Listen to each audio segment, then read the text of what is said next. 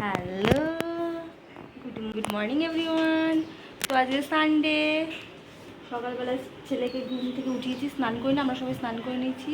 তো আমরা যাবো এখন পুজো দিতে। তো কোথায় যাই তো দেখতে থাকবো। ভেবেছিলাম দক্ষিণেশ্বর যাব, দক্ষিণেশ্বর বা নৈহাটি, যে কোনো একটার মধ্যে যাব। তো রেডি হয়ে নিয়েছি, আমরা সবাই স্নান করেছি। ওখানে কি গঙ্গা স্নান করার ইচ্ছা আছে, দেখি যদি সুযোগ হয় সেরকমভাবে করবো।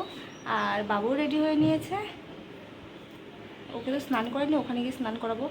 আর ওকে এখনও টাক করানোও হয়নি, তো দেখি সম্ভব হলে সেটাও করিয়ে নেব। হ্যাঁ বাবাই, এখনই তো গরম লাগবে, কী করে যাবো, কিন্তু ছেলে না। তো দেখো, আমরা বড়মার মন্দিরে না পুজোতে পারিনি, এতটা লাইন ছিল। আমরা 8:30 নাগাদ পৌঁছেছিলাম, এত লাইন ছিল, এত নাগাদ 8:30 থেকে 9টা নাগাদ পৌঁছেছিলাম, এত লাইন ছিল, মানে লাইনই শেষ করতে পারিনি। বাপরে বাপ, 1 কিমি 1.5 কিমি হেঁটে গেছি, গঙ্গার ধার দিয়ে হেঁটে গেছি, লাইনই শেষ করতে পারিনি।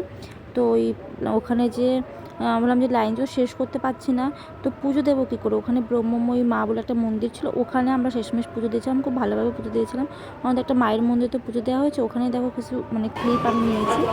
তো অনেকেই কী করছিল, বড়মার মন্দিরে পুজো দেবে করে মানে হচ্ছে গিয়ে কিন্তু পুজোতে পারেনি। স্লিং ফ্যান,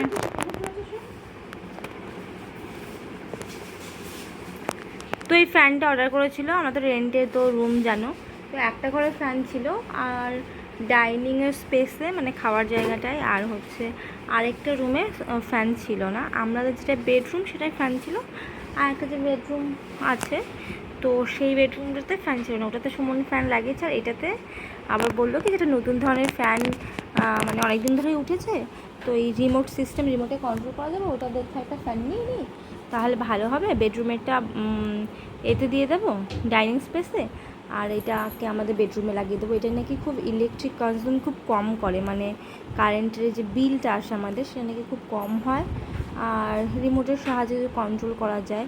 যে এখন নতুন ঘর দৌড় করছে, নতুন বাড়ি ঘর করে, তো বেশিরভাগ সবাই এই ফ্যানগুলোই ইউজ করছে কি আর কি, লাগাচ্ছে। তো এই জন্য আর কি অর্ডার করা। প্রথমে হোয়াইট কালার অর্ডার করেছো, তারপরে বললো হোয়াইট কালারে তো নোংরা টোংরা বেশি হবে, মানে ধুলোবালি টানবে বেশি, তাহলে চলো হচ্ছে অন্য কালার করি। এবার ব্ল্যাক বললো, এখন আবার দেখি গ্রে কালার করেছে। আর আমাদের সিলিংটা দেখছো, এটা হোয়াইটের সময় ভালোই লাগতো, আর এই ফ্যানটা শুধুমাত্র লাগানো ছিল বলে। আর বারান্দাতেও নেই, আর ডাইনিং স্পেসেও নেই, ওটাও নেই, লাগাতে হবে। লাইটগুলো সব সময় লাগিয়েছে, ফ্যানগুলো আর কি লাগাবে।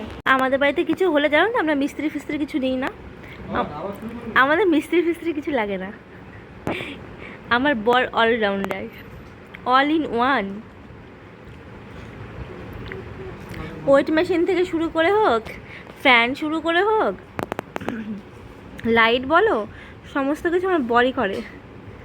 এই যে লাইটগুলো সব বর লাগিয়েছে, ওদের মানে যাদের আর কি ঘরের মালিক, তাদের লাইটগুলো পেছন দিকে, সামনে আমাদের এলইডি দেখে, মানে কম আর কি কারেন্টের কারেন্ট খায় সেরকম দেখে এনেছে।